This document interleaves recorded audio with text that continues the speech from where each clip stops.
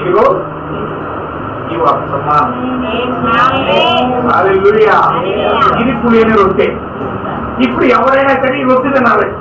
ఇప్పుడు పులియని రొట్టె ఈ కాలం ఈ గడియలో పులియకుండా ఫ్రెష్ గా ఉన్న తాజా ఉన్నాయి. హల్లెలూయా.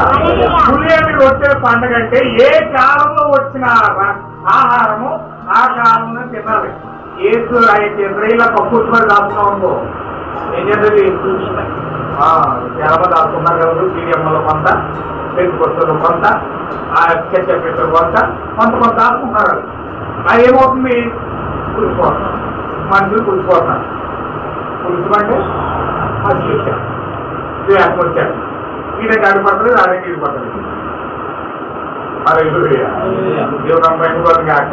కానీ తాజా ఉన్న తిన్నవాడు ప్రేమ స్వరూపేడు. తాజాగా ఉన్న తిన్నవాడే ఆరోగ్యం ఉంటాడు. ఎవరు మీరు తినండి, 2 రోజులు దాచిపెట్టి అన్నం అది బాడీకున్నాను, మీరు తినండి. తెల్లారి మాత్రం హాస్పిటల్ పెడుతూ ఉంటారు. అవునా కదా? హల్లెలూయా. చెడిపోయిన అన్నం మనమే తిన్నాం, కుళ్ళిపోయిన అన్నం మనమే తిన్నాం. మరి కుళ్ళిపోయి మాకు తింటాం. వాకింగ్ కుళ్ళిపోతుందా అని కుళ్ళిపోతుంది, పాడైపోతుంది. మరి అది ఫ్రిడ్జ్ లో పెట్టి ఫ్రెష్గానే ఉంటారు, బయట అయితే పాడైపోతుంది. అలాగే వాక్యం తీసుకెళ్ళి అట్టిపట్టు స్థలంలో అయితే ఫ్రెష్ ఉంటారు. బయటికి అనుకో కరెక్ట్. బయట ఎక్కడ శరీరం పెట్టేసి నోట్లు వస్తున్నాయి కదని ఏకంగా అక్షరాలను విధాలను పక్కన ఎక్కడ చూసారా చాలా మందిని. మొత్తం దరదారు వాగేస్తారు. మొత్తం వాక్యం అంతా పురుషులతో కామతో దాటి పెట్టారు. నిండా కొద్ది వాళ్ళ హృదయంలో ఒక వాక్యం కూడా ఉంది. వాళ్ళ వాక్యం చెప్పమంటే ఎంత మొత్తం ఎన్ని చెప్తారో పదాలన్నీ పెదవి వెళ్ళేస్తారు. వాళ్ళ హృదయాలు ఒక్కడే ఉండదు. అంటే అర్థమేంటి? వాక్యం బయటెట్టాడు, మన్న బయటెట్టాడు, కానీ హృదయంలో పెట్టలేడు. హృదయంలో పెడితే ప్రశ్నింటారు. హల్లెలూయా.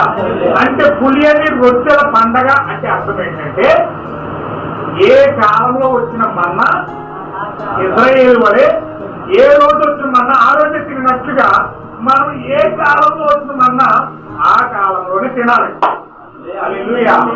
దేవుడు ఈ కాలంలో వర్తమానం ప్రవక్త ద్వారా పంపించారు కాబట్టి ఆ ప్రవక్తను వాక్యం ద్వారా గుర్తించి ఆ ప్రవక్త యొక్క వాక్యాన్ని వెంబడించడమే పులియని రొట్టెల పండగ.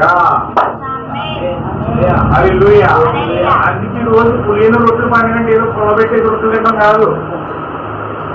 పులియని రొట్టెల పండగ అంటే ఆ కాలంలో వచ్చిన గడి యొక్క ప్రవక్త యొక్క వర్తమానాన్ని చూసి ఆ వర్తమానాన్ని వెంబడించడమే పులియని రొట్టెల పండగ.